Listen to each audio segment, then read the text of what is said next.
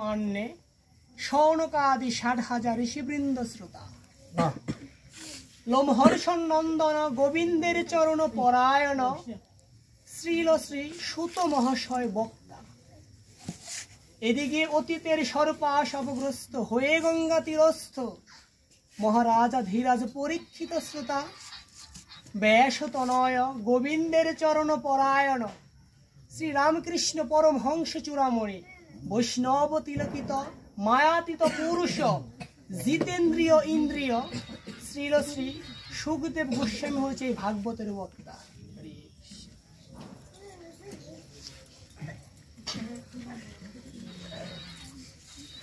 এই যে আমরা শ্রীমদ্ ভাগবতের প্রারম্ভিকায় কথাগুলো শুনলাম,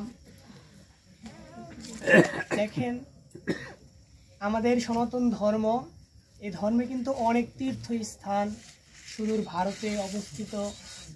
আমরা ওই সকল তীর্থে গিয়ে গয়া গঙ্গা ভাগীরথী শ্রী বৃন্দাবন নবধাম শ্রী বৃন্দাবন ওই সমস্ত তীর্থে গিয়ে তীর্থ ভ্রমণ করে আমরা যতটুকু পুণ্য উপার্জন করতে পারি, ঠিক ওই সমপুণ্যে আমরা যদি একবার মন খুলে গোবিন্দের নাম স্মরণ করে শ্রীমদ্ ভাগবত রসামৃতে ডুবে যেতে পারি,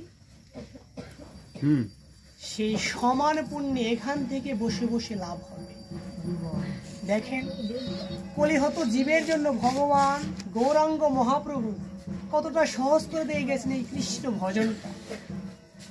আমাদেরকে পয়সা করি অর্থ নষ্ট করে ওই বৃন্দাবনে যেতে হবে না।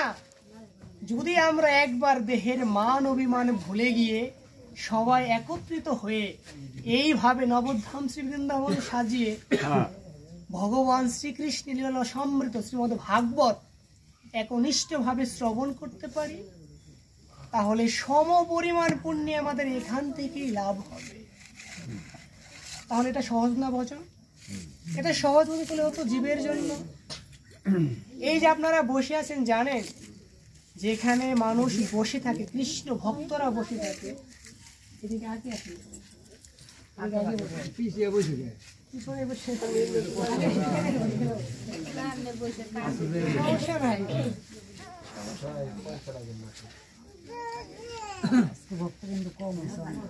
তাহলে শাস্ত্রকার কি বললো জানেন? শাস্ত্রকার বলল যেইখানে হয় সাধুগুরু বৈষ্ণবের আগমন সেটাই হয় নবধাম শ্রী বৃন্দাবন। এই যে আপনারা এলাকাবাসী সবাই মিলে কত সুন্দর একটা আয়োজন করেছেন, আমার শুনে মন একদম ভরে গিয়েছে। আমি শ্রদ্ধা দিদি ওই মশাই সবাইকে আমি নিজে থেকে ফোন করেছি আমার জ্যাঠা মশাইকে দিয়ে, যে যদি একটু কৃপা করে এখানে যাওয়া যায়, যদি একটু এই পাপিষ্ঠকে অধমকে একটু স্থান করে দেয়, হয়তো আমার তো কোনো সাধন ভোজন নেই, কিন্তু বৈষ্ণবের মুখে শুনেছি, কি শুনেছি জানেন? গোবিন্দের কৃপা পরে যদি সাধুগুরু বৈষ্ণবের কৃপা পাওয়া যায়, তাহলে হয়তো গোবিন্দের কৃপা পরে লাভ করা যায়। মুকং করতি বাচালং পুংহং লঙ্গয়তে গিরিম যত কৃপাতমহং বন্দে পরমানন্দ মাধবম। যদি গোবিন্দের কিঞ্চিত কৃপা লাভ করা যায়, মুকং করতি বাচালং, অর্থাৎ বুয়া ব্যক্তি কথা বলতে পারে, মুকং যে কথা বলতে পারে না, মুকং করতি বাচালং অর্থাৎ বুয়া ব্যক্তিও কথা বলতে পারে, পুংহং লঙ্গয়তে গিরিম যে ব্যক্তি পুঙ্গ চলতে পারে না, সেই ব্যক্তিও পাহাড়ে উঠতে পারে, যত কৃপা তমহং বন্দে পরমানন্দ মাধব। যদি মাধবের কিঞ্চিত কৃপা লাভ হয়, তাহলে দেখেন বুবাই কথা বলতে পারে, আর যে পুঙ্গ সেও পাহাড় উঠতে পারে।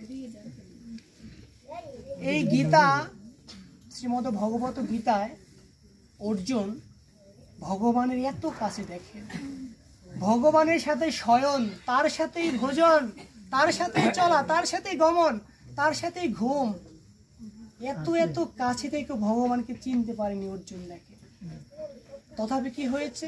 বিশ্বরূপ দেখাতো প্রয়োজন হয়েছিল। ভগবান কৃষ্ণের বিশ্বরূপ দেখানো দরকার হয়েছিল অর্জুনকে জানানোর জন্য যে আমি ভগবান, কৃষ্ণই ভগবান। তাহলে আমাদের গীতায় বলল নরশ্রেষ্ঠ অর্জুন, পুরুষের মধ্যে অর্জুন শ্রেষ্ঠ। সে অর্জুন এত কাছে থেকেই গোবিন্দকে চিনতে পারেনি। আর আমরা কি মায়ায় মোহিত জীব না? আমরা তো কৃষ্ণ ভোলা জীব। মহাপ্রভু কি বললো জানেন? কৃষ্ণ ভুলি যেই জীবী সংসারে মজিল, অতএব মায়া নামক ফাঁস তার গলাতে পড়িল। গোবিন্দকে ভুলে যখন আমরা সংসারে মজে গেলাম, তখন মায়া নামক ফাঁস আমাদের গলাতে ঝুলে গেল। আর আমরা তো সেই কৃষ্ণ ভোলা জীব। তাহলে এই যে কৃষ্ণ ভোলা জীব, এই কৃষ্ণ ভোলা জীবের মধ্যে যে আপনারা যে সাধুগুরু বৈষ্ণব দেখেন, এই যে আপনারা যে সাধুগুরু বৈষ্ণব, কিন্তু কৃষ্ণকে আপনারা ভুলে যাননি। বিগত জন্মে গোবিন্দকে দেওয়া যে কথা আপনারা ভুলে যাননি, ওই কথা স্মরণ করতে পেরেই আজকে এই ভাগবত যেখানে বসে আছেন, এই স্থানের নাম হচ্ছে নবধাম শ্রী বৃন্দাবন ধাম। একটা দাম হচ্ছে সুদূর ইন্ডিয়াতে, ভারতে, আর আপনারা যে সাজিয়েছেন এমন সুন্দর করে, এটাকে বলা হয় নবধাম শ্রী বৃন্দাবন ধাম। আবার মহাপ্রভু কি করেছে জানেন? মহাপ্রভু আবার এই স্থানের আরেকটা নামকরণ করেছে, সেটা হচ্ছে হরে কৃষ্ণ, সেটা হচ্ছে শ্রীবাস অঙ্গন। এই যে আজকে আপনারা সাজিয়েছেন, এটা হচ্ছে শ্রীবাস অঙ্গন। আর এই যে আমরা ভাগবত এখানে আলোচনা করছি, এই ভাগবত কিন্তু সর্বপ্রথম